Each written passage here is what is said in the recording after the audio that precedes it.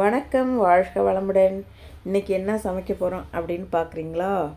இன்றைக்கி சமையல் முருங்கைக்கீரை பொன்னாங்கண்ணி, சிவப்பு பொன்னாங்கண்ணி சம்போ தான் பண்ண போகிறோம். முதல்ல என்னென்ன பொருள் தேவைன்னு பார்த்துடலாமா? கடுகு, உளுத்தம்பருப்பு, சின்ன ஜீரகம், தேவைக்கேற்ப உப்பு, காஞ்ச மிளகாய் காரத்துக்கு ஏற்ப. சிகப்பு பொன்னாங்கண்ணி கீரையை ஆஞ்சி கழுவி சுத்தம் செஞ்சு வச்சுருக்கேன். அது நம்ம வீட்டிலையே விளைஞ்சது. கீரையோட அளவு ரொம்ப கொஞ்சமாக இருக்குது. பருப்பு போட்டு வச்சா தாராளமாக இருக்கும். நான் பருப்பு போட்டு வைக்கல. 2 கீரையும் கொஞ்சம் கொஞ்சம் இருந்துச்சு. முருங்கைக்கீரை ஏற்கனவே ஒரு கட்டு வாங்கிட்டு வந்தேன், யூஸ் பண்ணிவிட்டு கொஞ்சமாக இருந்துச்சு. அப்போ 2ஐயும் ஒன்றா சேர்த்துடலாம், ஒரு சம்போ பண்ணிடலான்ட்டு தான் இன்றைக்கி அந்த கீரையை தான் பொரியல் பண்ண போகிறேன். வடத்தட்டு அடுப்பில் வச்சு சட்டி சூடானதும் எண்ணெய் சேர்த்துக்கலாம்.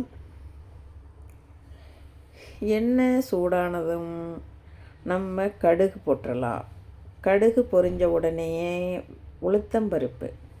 உளுத்தம்பருப்பு செவந்ததுமே சின்ன ஜீரகம் சேர்த்துக்கலாம்.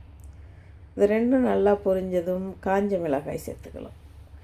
காஞ்ச மிளகாயும் சேர்ந்த உடனே வெங்காயம், வெட்டி வச்சிருக்க வெங்காயம், உப்பு சேர்த்து நல்லா வதக்கி விட்டு, வெங்காயம் கண்ணாடி பதம் வந்தால் போதும். ரொம்ப முறுமுறுன்னு வதக்கணுன்னா கீரையில் அந்த டேஸ்ட் இறங்காது. கொஞ்சம் கண்ணாடி பதத்தோடு இருந்தால் போதும்.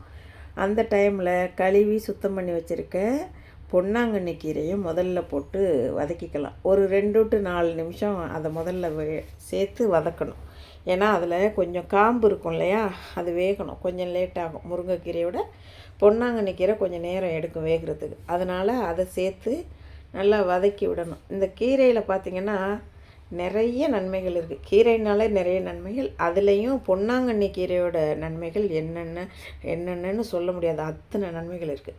முடி வளர்ச்சிக்கு பெரிதும் உதவும். முடி கொட்டுறதை தடுக்கும். கண்ணெரிச்சலை குறைக்கும். உடல் சூட்டை குறைக்கும்.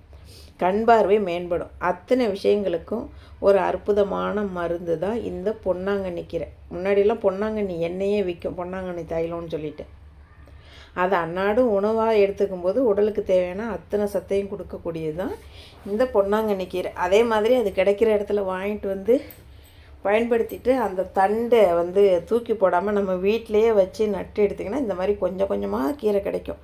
நம்ம வீட்டிலையே மருந்து மாயமெல்லாம் இல்லாமல் நேச்சுரலாக விளையக்கூடிய எந்த ஒரு பொருளும் உடலுக்கு நல்லது தானே.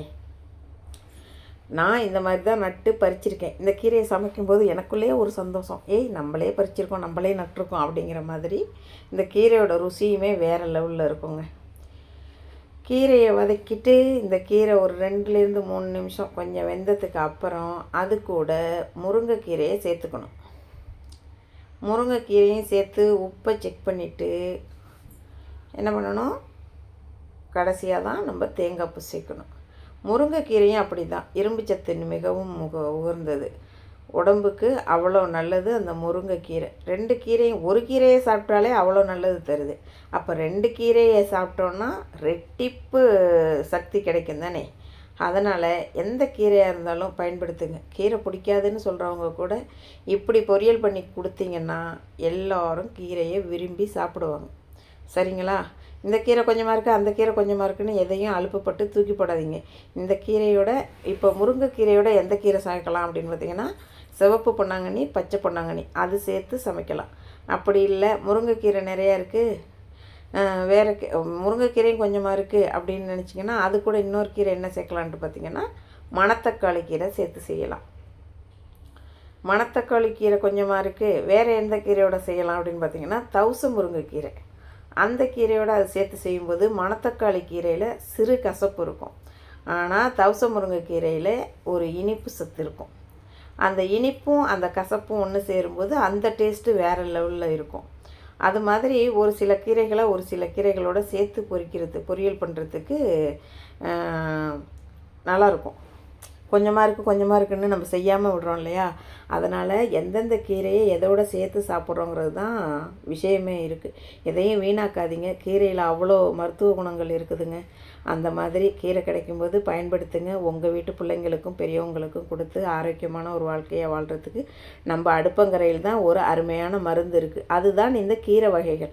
எந்த கீரை கிடைச்சாலும் வாங்கிட்டு கொஞ்சம் நல்லா ருசியாக செஞ்சு கொடுத்துட்டிங்கன்னா எல்லா பிள்ளைங்களுக்குமே கீரை பிடிக்குங்க. எனக்கு தெரிஞ்ச தகவல்களை நான் உங்களோட உங்களோட பகிர்ந்துக்கிட்டேன். உங்களுக்கு பிடிச்சிருக்கும்னு நம்புகிறேன். பிடிச்சிருந்தா லைக் பண்ணுங்கள், கமெண்ட் பண்ணுங்கள். சேனலுக்கு புதுசாக வந்திருந்தீங்கன்னா சப்ஸ்கிரைப் பண்ணி சப்போர்ட் பண்ணுங்கள். இந்த கீரையை இன்றைக்கி என்ன கூட சாப்பிட போகிறோம் அப்படின்னு பார்த்திங்கன்னா, நான் இன்றைக்கி கூழ் தான் வச்சுருக்கேன். கூழ் கூட தான் சேர்த்து சாப்பிட போகிறேன். ஆனால் அதை விட காரக்குழம்பு, வத்தக்குழம்பு, அந்த மாதிரி புளிப்பு உரப்பு சேர்ந்த குழம்போடு இந்த கீரையை சேர்த்து சாப்பிடும்போது டேஸ்ட்டு வேறு லெவலில் இருக்கும்.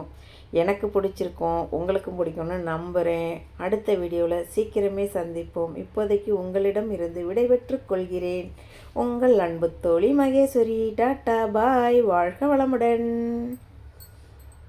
மீண்டும் மற்றொரு பதிவில் சந்திப்போம். நல்ல ஒரு தகவலாக இருந்ததுன்னா நீங்கள் லைக் பண்ணுறதுலே நான் தெரிஞ்சு கொள்வேன். டாட்டா, பாய் பாய்.